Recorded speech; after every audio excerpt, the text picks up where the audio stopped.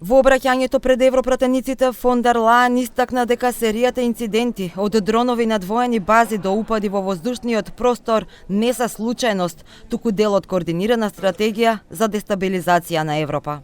One incident may be a mistake. Two incidents a coincidence. But 3, 5, 10.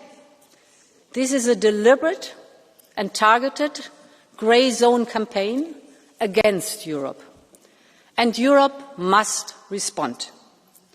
We must investigate every incident, and we must not shy away from attributing responsibility, because every square centimetre of our territory must be protected and safe. Таа нагласи дека се работи за организирана хибридна војна, чија цел е да ја ослаби поддршката за Украина и да ја подели Унијата.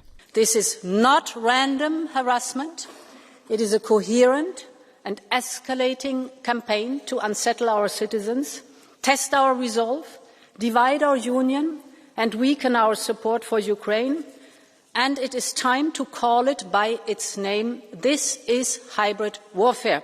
Европската комисија подготвува план до 2030 година за зајакнување на европската одбрана, кој ќе вклучува развој на така наречен ѕид од дронови, систем за откривање и неутрализирање беспилотни летала. Планот ќе биде доставен до лидерите на 27 земји членки за одобрување.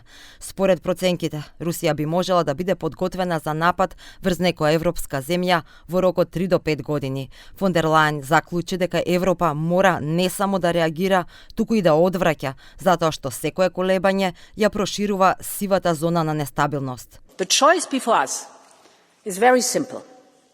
We either can shy away and watch Russian threats escalate, or we meet them with unity, deterrence and resolve.